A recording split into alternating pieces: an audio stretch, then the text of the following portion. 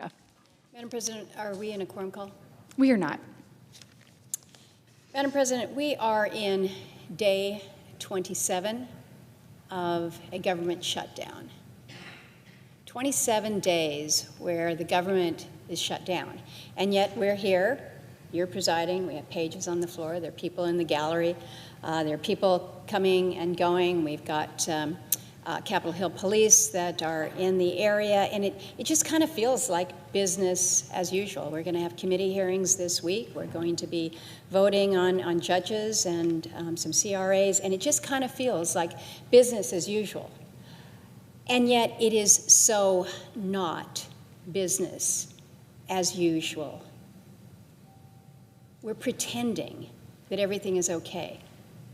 We're pretending that people are not being impacted by this shutdown. I'm looking at the people that are here recording this, that will be working to process this vote. None of them are getting paid. The Capitol Hill police that I visit with on a daily basis, outside and inside, are not getting paid, and they share with me that, well, I still had to drive in. I've got a 40-minute drive to get here, so I've got to fill up my car.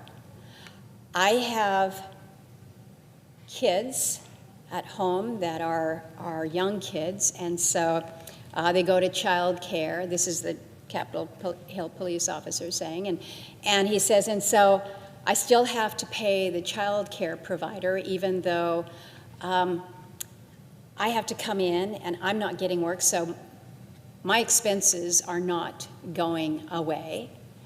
And yet every single one of them says, I'm not complaining. I'm not complaining. I've signed up for this. This is my mission, and I will be here. And they're proud to be here. But what is wrong is that their families are stressed.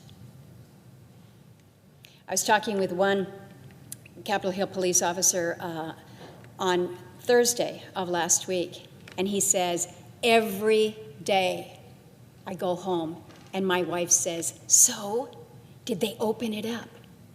Are we going to be paid? And he said, and I tell her, nope, no progress today. And so we're starting to feel that, because people who would otherwise just be saying, I signed up for this, I'm not going to complain, I'm just going to do what I'm going to do. But we're starting to feel this in real time. And it's having an impact not only financially, but I fear from a mental health perspective.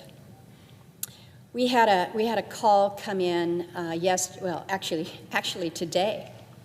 And this is a person who was calling from Fairbanks, and she says, it's getting chilly in Fairbanks. I woke up to a bill for heating oil of nearly $2,500. Normally, this wouldn't be that big of a problem for me, but I'm a federal employee. I love my job, but it's been very frustrating to have constant threats of shutdowns and rifts looming over my head. I work hard. I'm so tired of being labeled as one who's not working hard. I'd first like to propose that Congress doesn't get paid while we aren't getting paid, and maybe take fewer long weekends. Well, I would let her know that for many of us, I don't know about the occupant of the chair, but for many of us, we have deferred our pay. It's not right that our staffs should not get paid, and yet we get paid. But she raises a good point. She says, maybe we in Congress should take fewer long weekends. I think she's right. I think she's right. We left here Thursday afternoon. Members are just now coming back. We'll have our first vote here at 5:30. And in the meantime, people have done important stuff. We have important jobs. We go home. We do important things. And maybe we are able to carve out a little time to be with our families as well and try to have some of that balance. But for some, they still had to come in this weekend. Some of those Capitol Hill police officers still had to come in this weekend to keep this place moving. Some of the folks who are here to provide services to the building still had to come in this weekend, and they weren't getting paid. And so I think the suggestion about us maybe taking fewer long weekends is something not only that we should consider, but I'm going to challenge this body. I got a long commute home, folks. And I'm not begrudging that, but I don't think that we should be going home and just behaving as if this was another week in the United States Senate.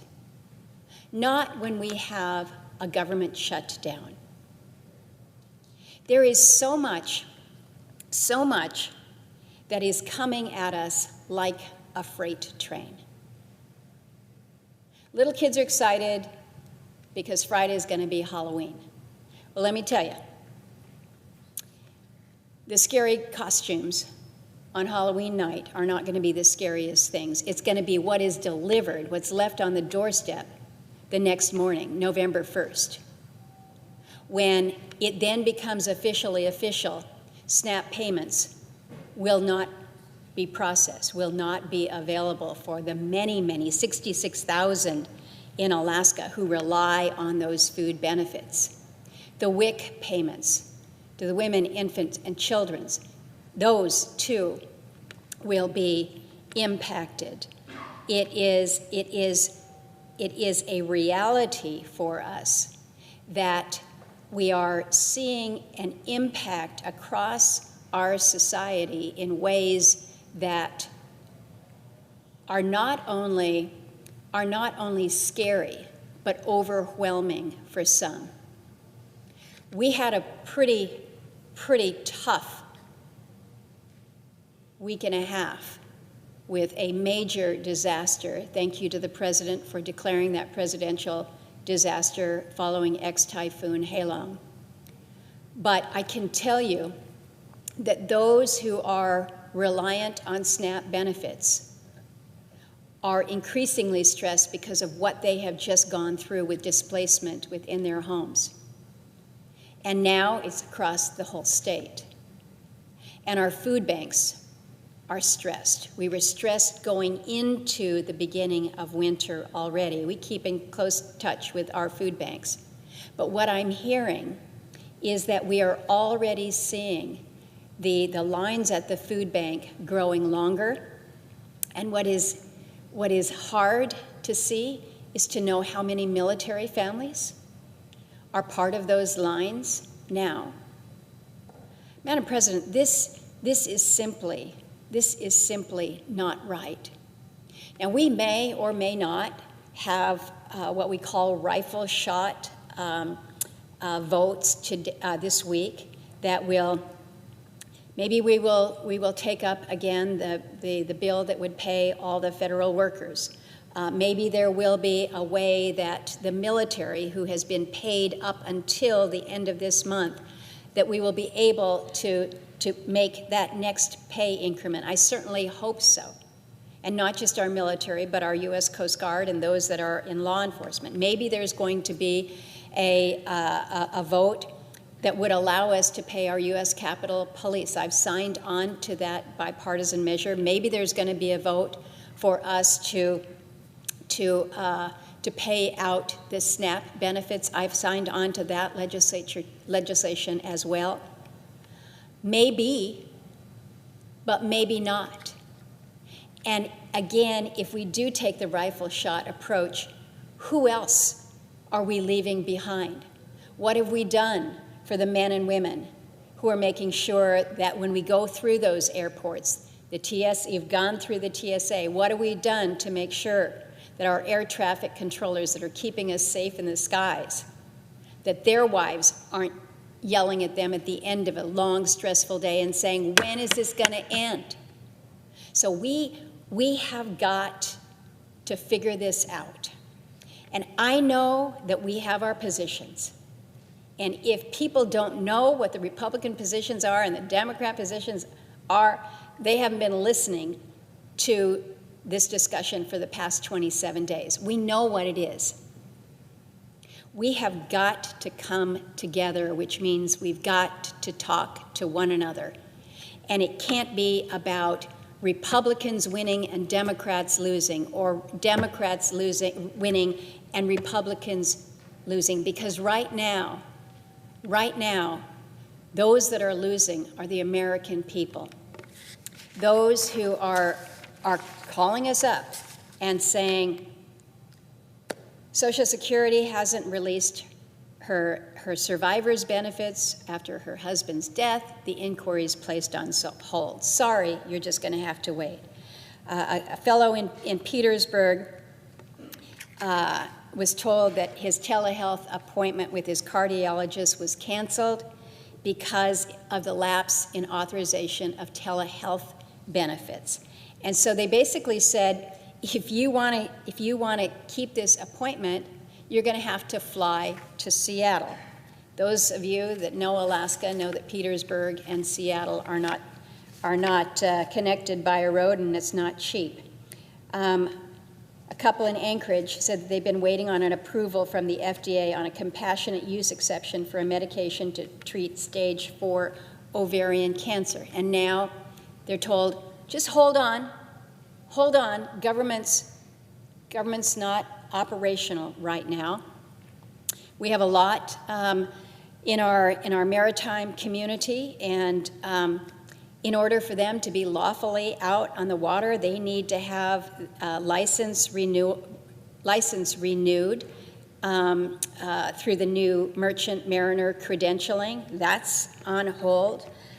We've got a housing situation in Sitka, and we've got an Army Corps permit for the Housing Authority that has been delayed. We can't figure that one out. We're talking to people who have been trying to get an SBA loan, a local business owner in downtown, the school district in Sleep Mute. They've been waiting to get the impact aid emergency construction dollars so that they can repair this roof that is literally falling down on top of the kids in the back of the school there.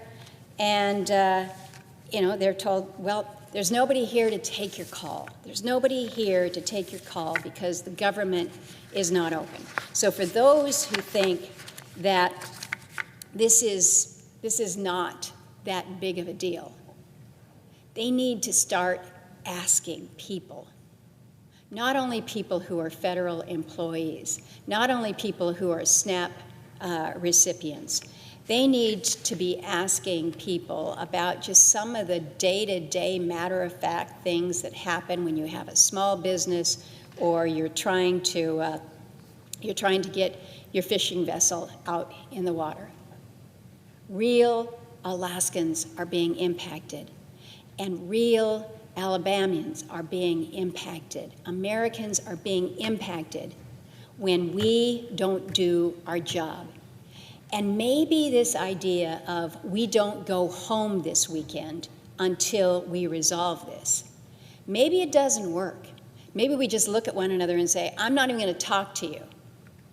Maybe we just continue on with multiple rounds of the same vote that we've been taking for the past 27 days and see if we get a different result. Now, some say that's the definition of insanity.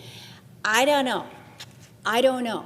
But what I do know is that when we leave and we assume that things are fine, or we send that message that things are fine because we've just gone home and it's just business as usual here, then people whose lives are really being impacted right now, they think we don't get it. We do get it. We need to act to end the shutdown. And I'm going to call on all of my colleagues to stay here until we get it done.